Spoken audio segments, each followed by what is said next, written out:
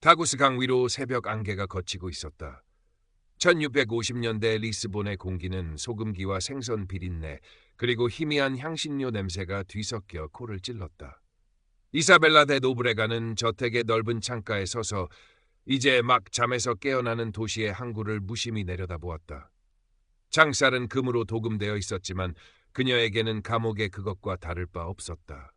20살 남짓한 그녀의 검은 곱슬머리는 정성스럽게 손질되었고 값비싼 비단 드레스는 그녀의 신분을 말해주었지만 깊고 검은 눈동자에는 숨길 수 없는 우수와 답답함이 서려 있었다. 돈 로드리고 대사, 그녀의 남편이자 포르투갈에서 손꼽히는 권력과 부를 가진 귀족. 그러나 이사벨라에게 그는 차갑고 냉담한 주인이었으며 그녀의 삶을 워담에는 족쇄일 뿐이었다. 가문의 세력 확장을 위해 어린 나이에 팔려오듯 시집 온 후 그녀의 삶은 화려하지만 텅 빈 새장과 같았다. 남편은 밤늦게 돌아와 서재에 틀어박히거나 의심스러운 사업 파트너들과 비밀스러운 만남을 가졌다. 그녀는 그저 아름다운 장식품처럼 존재할 뿐이었다. 아가씨, 아침 식사를 준비했습니다. 충직한 하녀 이네스의 목소리가 그녀를 현실로 돌려놓았다. 이네스는 이사벨라가 이 집에 시집 올 때 함께 온 유일한 위안이었다. 알겠네, 이네스. 잠시 후에 내려가지. 이사벨라는 다시 창밖으로 시선을 돌렸다.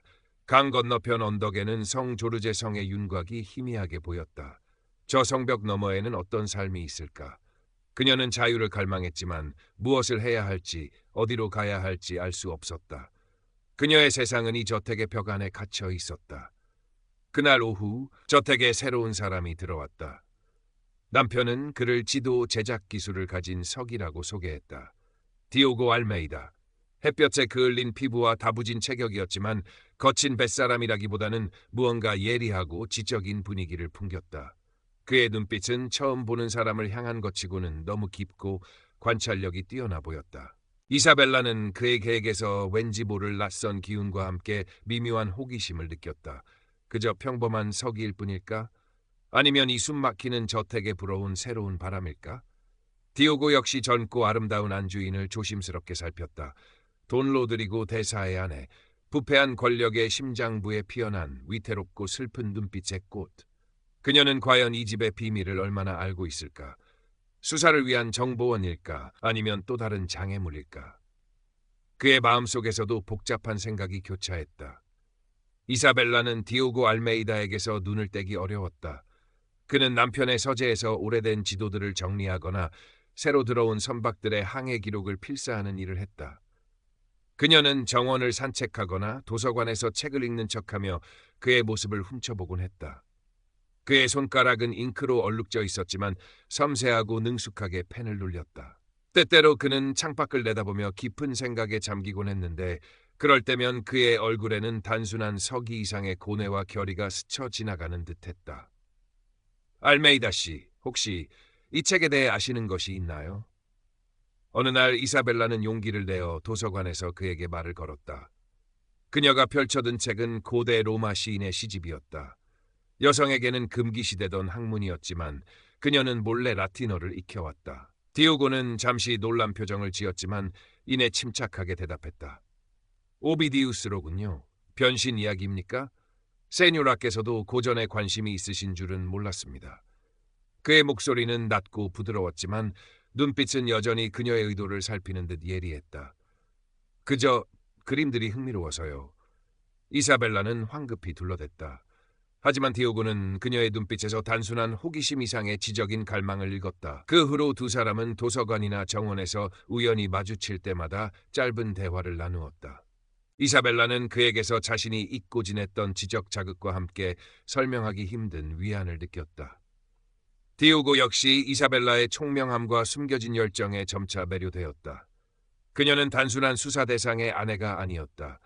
금박 새장 속에 갇혀 있을 뿐 누구보다 자유로운 영혼을 가진 여인이었다.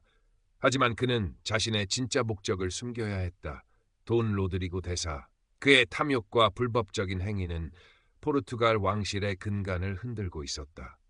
식민지에서 불법으로 노예를 착취하고 밀수품을 들여와 막대한 부를 쌓고 있으며 심지어 포르투갈의 적대국과 내통하고 있다는 혐의까지 받고 있었다. 디오고는 왕실의 비밀 지령을 받고 이 증거를 찾기 위해 위장 잠입한 요원이었다. 그러던 어느 늦은 밤 이사벨라는 잠을 이루지 못하고 복도를 서성이다 남편의 서재에서 새어나오는 낮은 목소리를 들었다. 호기심의 문틈으로 엿본 그녀는 충격적인 장면을 목격했다.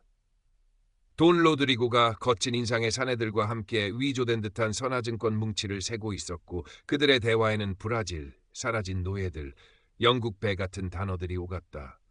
심장이 얼어붙는 듯했다. 남편의 사업이 단순히 부도덕한 것을 넘어 끔찍한 범죄와 연관되어 있음을 직감했다. 다음 날 창백해진 얼굴의 이사벨라는 정원에서 디오고와 마주쳤다. 그녀는 자신도 모르게 간밤에 엿들은 이야기의 편린들을 그에게 털어놓았다. 디오고는 그녀의 말을 주의 깊게 들으며 그녀의 눈빛에서 공포와 함께 분노가 일렁이는 것을 보았다. 그는 그녀를 안심시키려 애썼지만 동시에 이것이 결정적인 증거에 다가갈 기회임을 알았다. 그리고 이 위험한 진실을 공유하면서 두 사람 사이에는 단순한 호기심이나 연민을 넘어선 위태로운 유대감이 싹트기 시작했다. 비밀스러운 만남은 점차 잦아졌다. 이네스는 눈치 빠르게 두 사람의 만남을 도왔다. 인적이 드문 오후 저택 뒤편의 작은 오렌지 나무 숲이나 미사 시간이 끝난 후 텅 빈 예배당의 구석진 자리가 그들의 밀회 장소가 되었다. 처음에는 책이나 시사에 대한 이야기를 나누었지만 점차 서로의 속마음을 조금씩 드러내기 시작했다. 이사벨라는 자신의 답답한 처지와 자유에 대한 갈망을, 디오고는 자신의 정체를 숨긴 채 세상의 불의와 정의에 대한 자신의 신념을 이야기했다. 가끔은 이 벽 너머로 날아가 버리고 싶어요, 디오고. 어디든 상관없으니 숨 쉴 수 있는 곳으로. 이사벨라의 목소리는 속삭임처럼 작았지만 간절함이 묻어났다. 디오고는 그녀의 떨리는 손을 조심스럽게 잡았다. 그녀의 피부는 비단처럼 부드러웠지만 차가웠다. 세뇨라의 용기는 어떤 새의 날갯짓보다 강합니다. 언젠가 반드시 자유롭게 날아오를 수 있을 겁니다. 그의 따뜻한 체온과 진심 어린 눈빛에 이사벨라는 울컥 눈물이 솟았다. 남편에게서는 단 한 번도 느껴보지 못했던 인간적인 온기와 존중이었다. 디오고 역시 임무를 위해 접근했던 처음의 목적을 잊고 이사벨라라는 여인 자체에게 깊이 빠져들고 있음을 깨달았다. 그녀의 슬픔과 용기, 그리고 맑은 영혼은 그의 마음을 흔들었다. 임무와 감정 사이에서 그는 위험한 줄타기를 하고 있었다. 하지만 그들의 비밀스러운 관계는 오래가지 못했다. 돈 로드리고는 여자의 직감처럼 예민하게 아내의 미묘한 변화를 감지했다.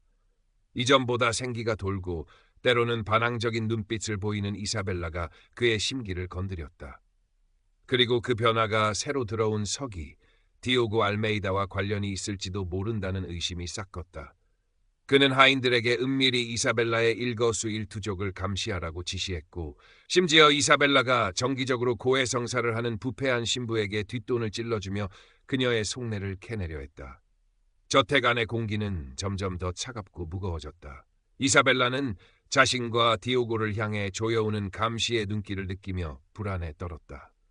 한편 디오고의 수사는 결정적인 단계로 접어들고 있었다.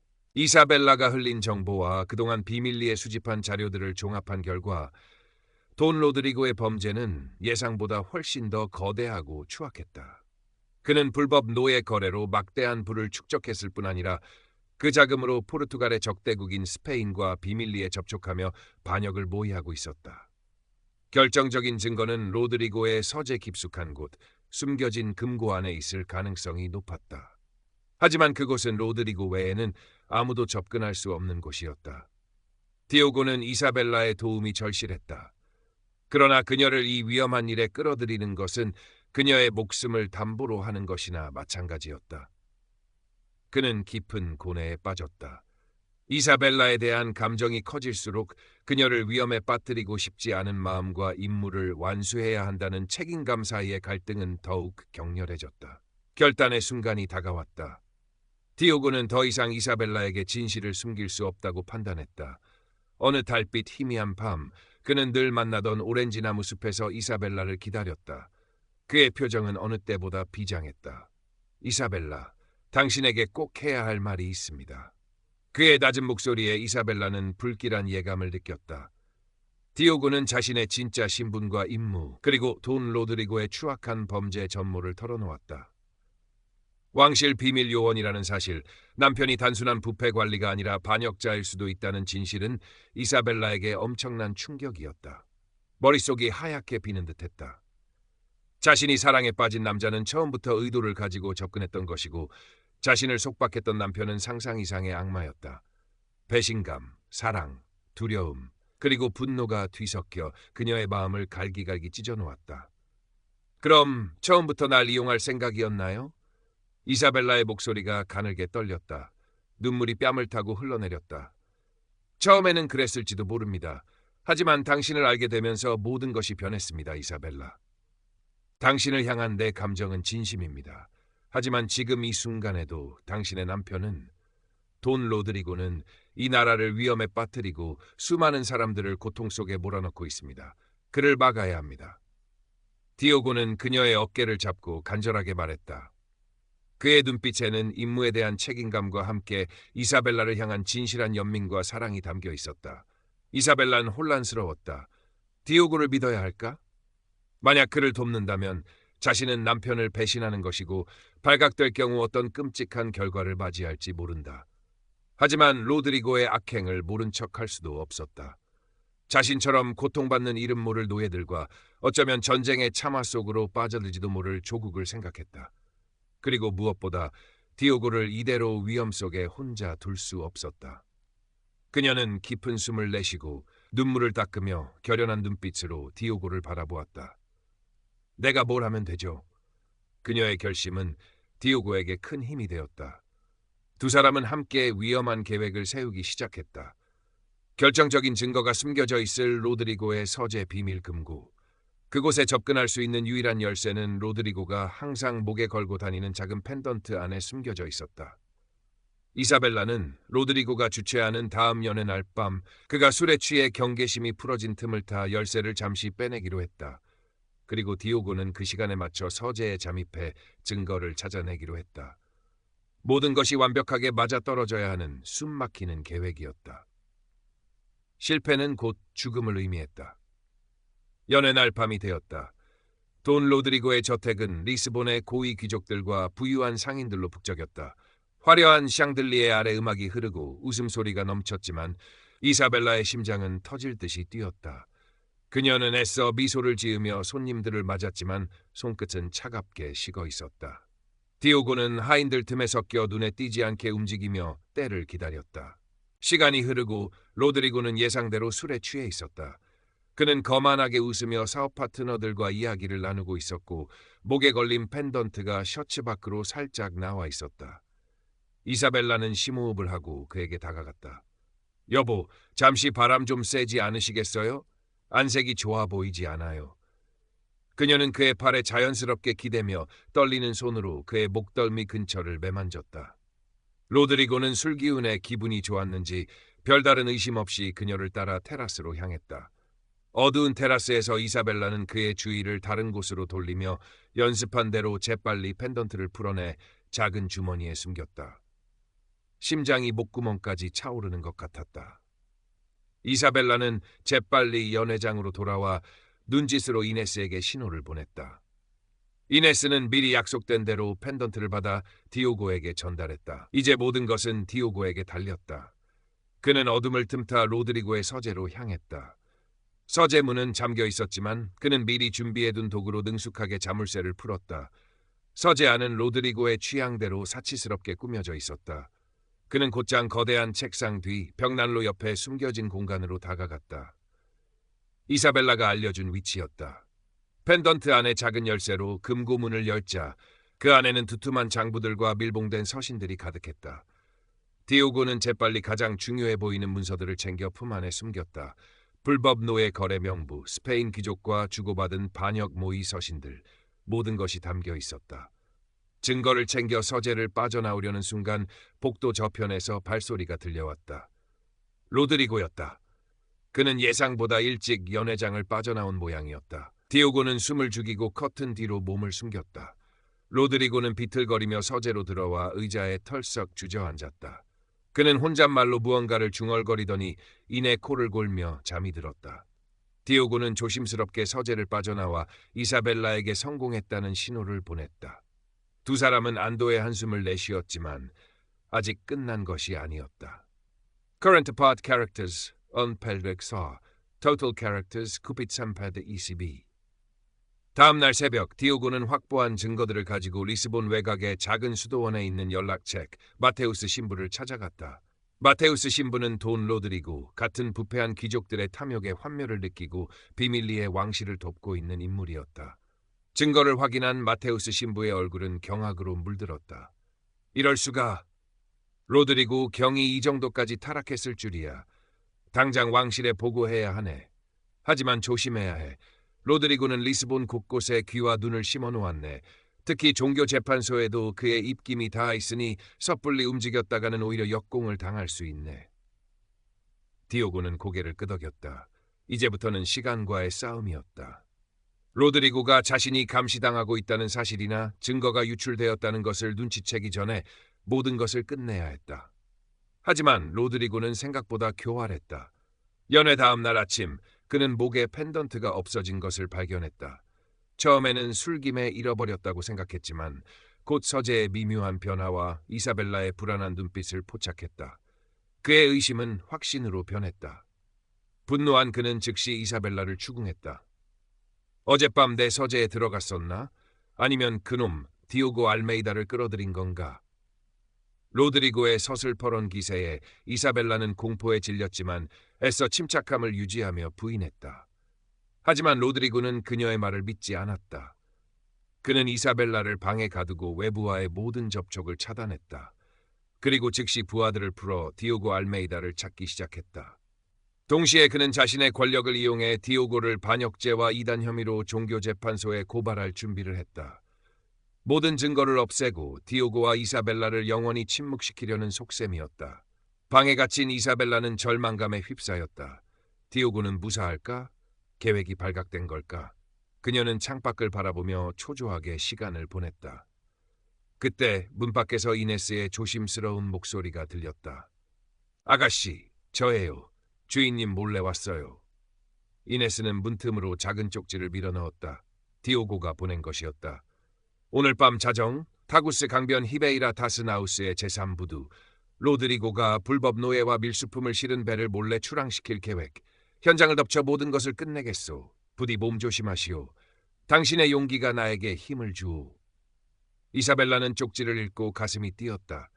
디오고가 아직 잡히지 않았고 반격을 준비하고 있다는 사실에 안도했지만 동시에 그가 홀로 위험한 상황에 맞서야 한다는 생각에 불안감이 엄습했다. 그녀는 자신이 여기서 무력하게 기다리고만 있을 수 없다고 생각했다. 그녀 역시 무언가를 해야 했다. 로드리고가 서재에 숨겨둔 또 다른 장부가 생각났다. 예전에 우연히 보았던 그의 개인적인 거래 내역과 뇌물을 준 관리들의 명단이 적힌 작은 수첩. 만약 그것까지 디오고에게 전달할 수 있다면 로드리고를 완전히 무너뜨릴 수 있을 것이다. 이사벨라는 결심했다. 이 밤 그녀는 더 이상 금박세장 속의 인형이 아닐 것이다. 자정이 가까워지자 이사벨라는 이네스의 도움으로 방문을 몰래 열고 나왔다. 저택은 깊은 잠에 빠져 있었지만 복도 곳곳에는 로드리고가 배치한 감시자들이 숨어 있었다. 이사벨라는 숨을 죽이고 그림자 속을 조심스럽게 이동했다. 그녀는 낮에 봐두었던 비밀 통로를 이용해 로드리고의 서재로 향했다. 다행히 서재는 비어 있었다. 그녀는 떨리는 손으로 벽난로 뒤에 숨겨진 벽돌을 밀어 작은 공간을 열었다. 그곳에는 그녀가 찾던 작은 가죽 수첩이 있었다. 수첩을 품에 안고 서재를 빠져나오려던 순간 등 뒤에서 차가운 목소리가 들렸다. 어딜 가는 건가? 내 사랑스러운 아내? 로드리고였다. 그는 잠들지 않고 그녀를 기다리고 있었던 것이다. 그의 눈빛은 분노와 살기로 번뜩였다. 감히 나를 배신해 그 천한 놈과 함께 대가를 치르게 될 것이다.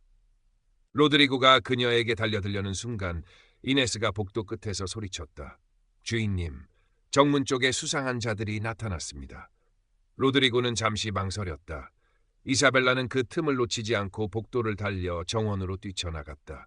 그녀는 어둠 속에서 미리 약속된 장소에 수첩을 숨기고 다시 저택 안으로 몸을 숨겼다. 로드리고의 부하들이 그녀를 뒤쫓았지만 어둠과 저택의 복잡한 구조 덕분에 간신히 따돌릴 수 있었다. 한편 히베이라 타스나우스의 제3부두는 어둠과 긴장감에 휩싸여 있었다. 디오고와 마테우스 신부가 동원한 소수의 왕실 병사들이 부두 주변에 은밀하게 포진했다. 로드리고의 배가 정박해 있었고 짐꾼들이 어둠 속에서 상자들을 분주하게 실어 나르고 있었다. 그 안에는 밀수품과 함께 쇠사슬에 묶인 채 끌려온 불쌍한 노예들이 숨겨져 있었다. 지금이다. 모두 덮쳐라. 디오고의 신호와 함께 병사들이 일제히 부두로 뛰쳐나갔다. 로드리고의 부하들은 갑작스러운 습격에 당황했지만 격렬하게 저항했다. 칼 부딪히는 소리와 고함 소리가 밤의 정적을 갈랐다. 디오고는 앞장서서 적들을 제압하며 배로 향했다. 배 위에는 로드리고가 직접 나와 부하들을 지휘하고 있었다. 내 놈이었구나. 디오고 알메이다. 감히 내 일을 망쳐? 로드리고는 검을 뽑아들고 디오고에게 달려들었다. 두 사람의 격렬한 검투가 배 위에서 펼쳐졌다. 로드리고는 노련했지만 디오고의 검술은 더 빠르고 정확했다. 치열한 싸움 끝에 디오고의 칼이 로드리고의 어깨를 깊숙이 베었다. 로드리고는 비명을 지르며 쓰러졌고 그의 부하들도 대부분 제압되거나 도주했다. 바로 그때 마테우스 신부가 이끄는 추가 병력이 부두에 도착했다. 그들은 로드리고를 체포하고 배 안의 증거물들을 확보했다. 디오고는 숨을 몰아쉬며 이사벨라가 무사하기를 간절히 바랐다. 그는 마테우스 신부에게 로드리고의 저택으로 가달라고 부탁했다. 이사벨라가 숨겨둔 마지막 증거, 그 작은 수첩이 필요했다. 마테우스 신부는 고개를 끄덕이고 병사 몇 명과 함께 저택으로 향했다. 디오고는 부두에 남아 뒷수습을 하며 타구스 강 너머 동이 터오기를 기다렸다. 길고 긴 밤이었다. 날이 밝아오자 리스본은 발칵 뒤집혔다. 돈 로드리고 대사의 체포 소식과 그의 추악한 범죄들이 속속들이 드러났기 때문이다.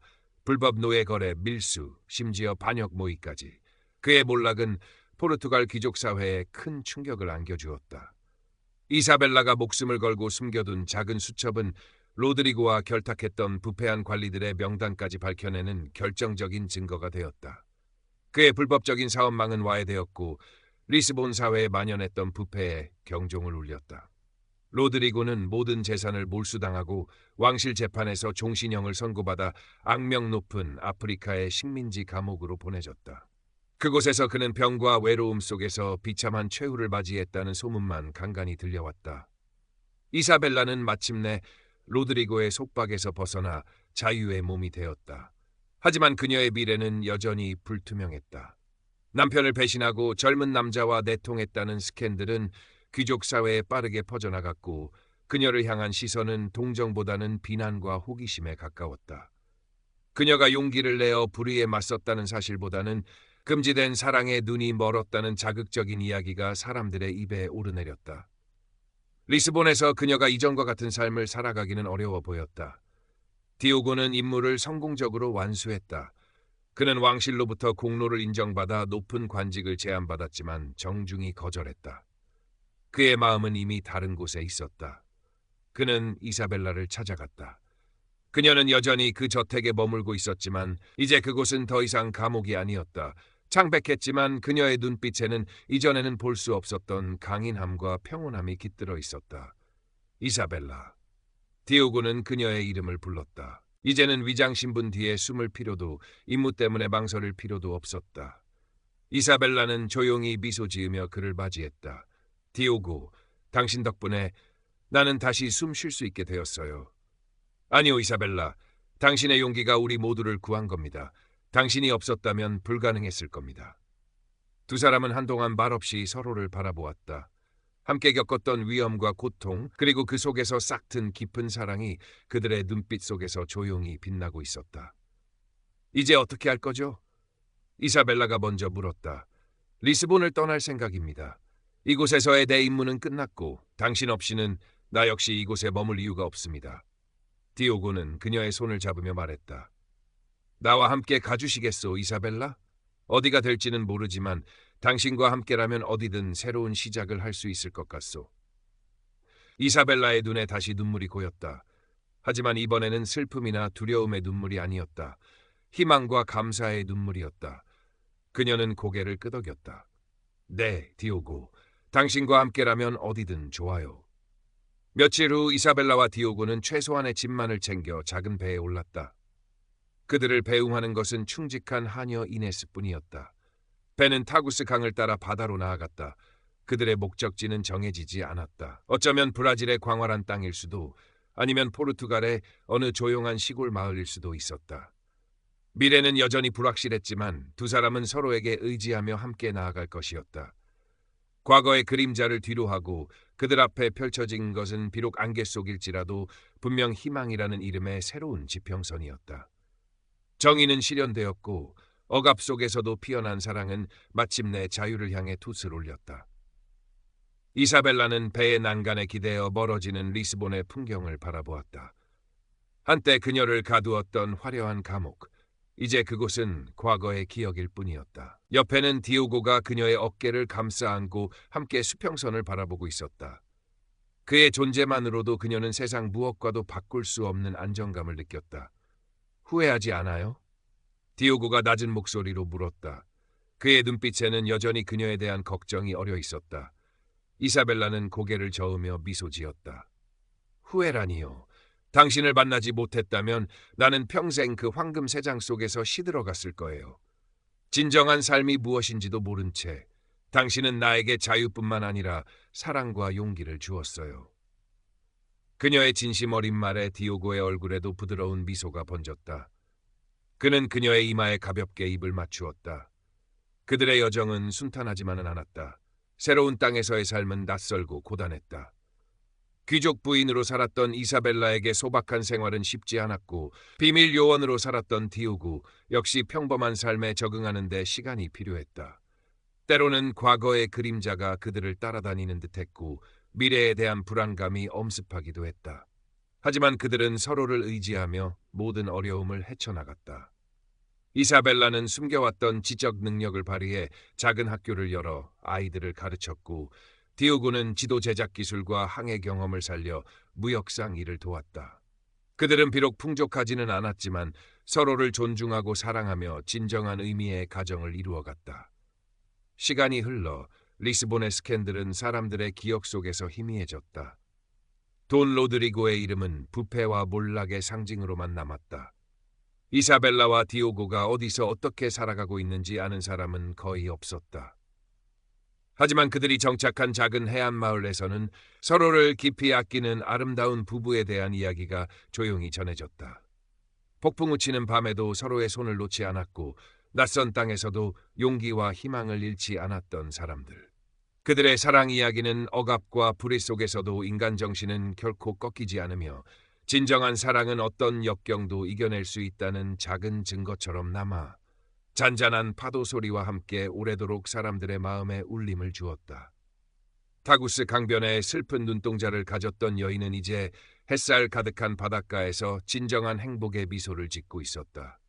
그녀 곁에는 언제나처럼 그녀의 용기와 사랑을 믿어주었던 든든한 남자가 함께였다. 몇 년이 더 흘렀다. 이사벨라와 디오고가 정착한 포르투갈 남부의 작은 해안 마을 알가르브는 평화로웠다. 올리브 나무와 포도밭이 끝없이 펼쳐지고 푸른 바다는 언제나 따스한 햇살을 반사했다. 리스본의 화려함이나 위엄과는 거리가 먼 소박하지만 진실된 삶의 터전이었다. 이사벨라는 더 이상 값비싼 비단 드레스를 입지 않았지만 그녀의 얼굴에는 귀족 부인 시절에는 찾아볼 수 없었던 깊은 평온과 행복이 어려 있었다. 그녀가 운영하는 작은 학교는 마을 아이들의 웃음소리로 가득 찼고 그녀는 아이들에게 글자와 숫자를 가르칠 뿐만 아니라 세상의 아름다움과 용기의 중요성에 대해 이야기해주곤 했다. 마을 사람들은 그녀를 이사벨라 선생님이라 부르며 존경하고 따랐다. 디오고는 이제 노련한 선장이자 정직한 상인이 되어 있었다. 그는 자신 작은 배를 타고 인근 항구들을 오가며 올리브유와 와인, 소금 등을 실어 날랐다.